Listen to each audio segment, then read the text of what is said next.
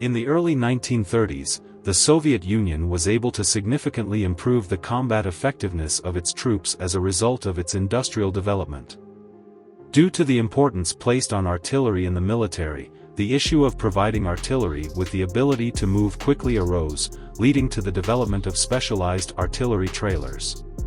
The Pioneer artillery trailer was an early technological experiment in response to this need. Aside from large-caliber artillery, the Soviet infantry divisions in the early 1930s placed greater emphasis on 76 mm caliber artillery. This caliber of artillery had moderate weight and placed relatively less pressure on logistics, making it suitable as the basic artillery force for divisions and regiments. Initially, the Soviet Army used wheeled trucks to tow them, but quickly found that the off-road performance of the trucks was insufficient, resulting in weak mobility in field conditions. Additionally, many of the artillery pieces still had wooden wheels, making it impossible for them to keep up with the high speeds of the trucks on the road. In short, the Soviet Union needed to equip specialized artillery trailers. The Pioneer artillery trailer, designed by Bruzintsev, drew inspiration from the British Carden-Loyd armored car, but was not a simple imitation. Instead, the vehicle layout was redesigned. The trailer used many components from the T-37A amphibious tank, a small tank with common parts such as the engine, transmission, suspension, and tracks. This design had the benefit of reducing production and logistical pressure, making it easier to quickly form combat capability. The engine was a 40 horsepower, 4-cylinder engine with a carburetor, located at the rear of the vehicle's central axis. In front of the engine was the gearbox, with the driver sitting above it. The drive wheel was at the front, with a flexible suspension guide wheel at the rear that made direct contact with the ground, along with 2 pairs of load-bearing wheels.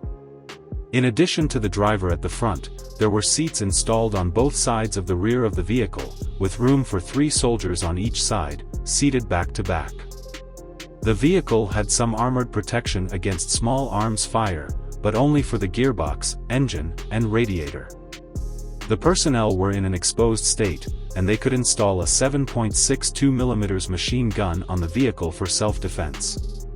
The Pioneer artillery trailer was approved for mass production in 1935, and participated in the Red Square Parade in 1936.